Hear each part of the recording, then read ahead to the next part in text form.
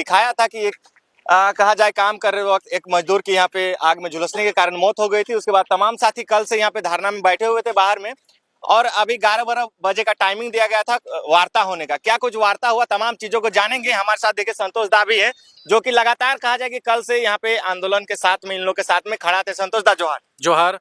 तमाम जितने भी आपके दर्शक हैं सभी को जोहार। आज एक बहुत सार्थक पहल हमारे जेल कैंप की तरफ से और तमाम स्थानीय जो ग्रामीण हैं, साथ ही साथ बीएमएल के जितने जागरूक मजदूर हैं, माताएं बहनें हैं, आसपास के भाई बहन हैं, सबके सहयोग से दिवंगत पोदो महतो के परिजनों को न्याय मिल पाया है। और लगभग 40 घंटे के मेहनत के बाद हम लोग उनको न्याय दिलाने में सफल हुए हैं। और त्रिपक्षीय वार्ता के बीच में, जिसमें स्थानीय प्रशासन के लोग शामिल थे, प्रबंधन के लोग शामिल थे, हम लोग शामिल थे, और सर्वसम्मति से यह निर्णय हुआ कि मृतक के आश्रित को 15 लाख रुपए नगद, जिसमें तत्काल 50,000 रुपये दे दिया गया है और 14,50,000 रुपये का चेक दिया गया है। साथ ही साथ उनकी जो एक डिपेंडेंट बेटी है भारती कुमारी, उनकी शिक्षा दीक्षा का जिम्मेदारी प्रबंधन उठाएगी। साथ ही साथ उनकी जो पत्नी है शांति देवी, उनको यहाँ पे अस्थाई नियोजन दिया गया है। तत्काल में वो आउटसोर्सिंग एजेंसी में ही रहेंगी, लेकिन कभी भी ठेका बदलने के बाद भी उनको हटाया नहीं जाएगा। साथ ही साथ जो न्यूनतम वेजेज है सरकार के तरफ से, जो प्रावधान है, वो प्रावधान उनको सैलरी के रूप में मिलेगा। क्या कुछ पता चल पाया कि कैसे घटना हुई थी अंदर में? देखिए, चूंकि समाधान निकल चुका है, लेकिन ये बीएमएल में तमाम तरह की अनियमितताएं हैं।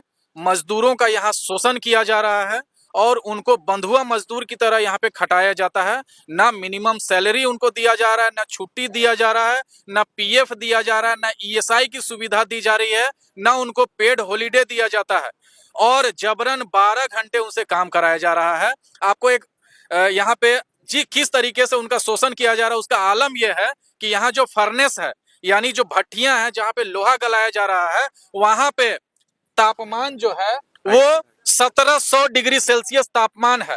और समझ सकते हैं कि 100 डिग्री सेल्सियस काफी होता है पानी को भाप में बनाने के लिए, और यहाँ पे 1700 डिग्री सेल्सियस में मजदूरों को काम कराया जा रहा है। ना तो उनको फायर प्रूफ जूते दिए जा रहे हैं, ना जैकेट दिया जा रहा है, ना ग्लोव्स दिए जा रहे हैं, ना किसी तरीके का आग से बचने का उपाय किया जा रहा है, ना यहाँ पे मेडिकल की सुविधा है।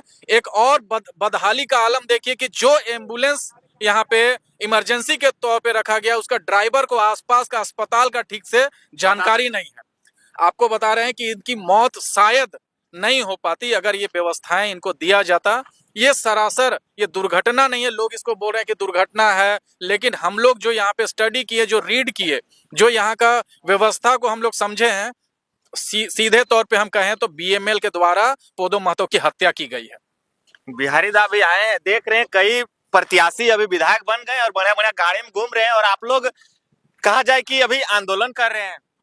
तो हम लोग का तो पार्टी आंदोलन का है दादा, आंदोलन के नाम से जानल भी जाइए। तो हमने के जनता के हक अधिकार के लिए हमने कभी ना समझ लिए कि हमें नेता लगे, हमें आज भी आंदोलनकारी है और क्रांतिकारी है। दादा, आपके विधानसभा क्षेत्र का मामला भी नहीं है, आप कहाँ मांडू विधानसभा के प्रत्याशी हैं, मामला आपके रामगढ़ विधानसभा गोला क्षेत्र का है। उतना दूर से अभी आप यहाँ पहुंचे हैं? अभी ना पहुंचल है, काल्हे से पहुंचल है भाई, थोड़ा सा घर फ्रेश हुए के लिए थोड़ा गेल लिए। मैंने कल भी आप आए थे यहाँ पे? हाँ, कल हम 1 बजे रात गए हैं यहाँ से। तो ऐसा ना है हमने की तो कोई सीमाना ना है कि हमें पूरा जकरा भी दिक्कत होता है हमें वहां जाके ओकरा हक अधिकार दिलावे के काम करबे। मांडू थोड़ी ने प्रॉपर के मांडू हम बंद गेलिए से चुनाव वहां से लड़ल जरूर है, पर समाज सेवा हमार और जे हमार हक अधिकार है पूरा हर झारखंडी भाई के लिए जहां भी होते हैं हम वहां पहुंचबे। क्या लगता है यहाँ के जो स्थानीय विधायक, जिन्हें नए नवनिर्वाचित विधायक हैं, वो यहाँ आई थी, कुछ बातें हुई उनके बीच में? देखिए, ये तो देखने सुनने की बातें हैं। पूरे रात हम लोग ठंडे में यहाँ बैठे रहे। रात में आपके साथ कोई नहीं था क्या? कोई प्रतिनिधि नहीं था, कोई प्रशासन के लोग नहीं थे, प्रबंधन के कोई लोग नहीं थे। यहाँ के जो स्थानीय ग्रामीण थे, जो परिजन थे, जो यहाँ के मजदूर लोग जो थे, उनके साथ में जो काम करते थे, और हमारी पार्टी के जो सक्रिय जुझारू क्रांतिकारी लोग थे, वही लोग यहाँ पे उपस्थित थे।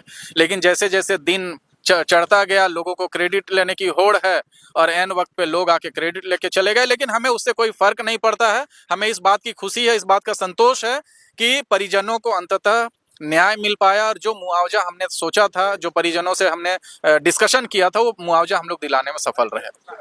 क्या लगा? एक और चीज जोड़ना चाहता हूं कि ये जो लड़ाई है, ये जो मौत हुई थी उसकी लड़ाई तो पूरी हुई है, लेकिन इसके बाद हम लोग इस फैक्ट्री को छोड़ने वाले नहीं हैं।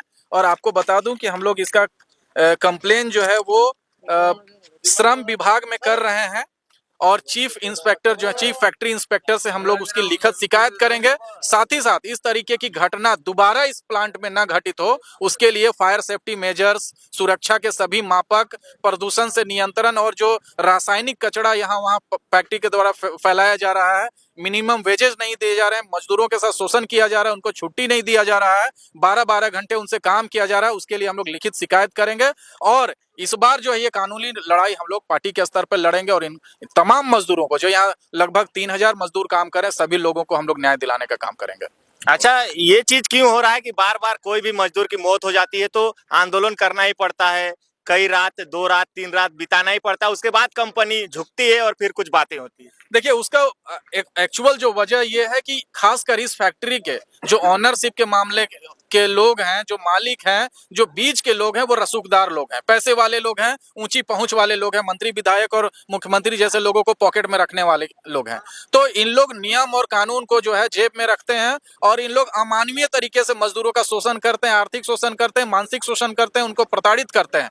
तो कभी कभी संघर्ष करना पड़ता है, लड़ाई लंबी लड़नी पड़ती है, लेकिन हम लोग जिस तरीके से कमर कस के इस बार उतरे हैं, हम लोग आर पार की लड़ाई लड़ेंगे और प्रबंधन को, मजदूरों को हक और उनका अधिकार देना ही होगा। इसके लिए हम लोग उसको बाध्य करेंगे।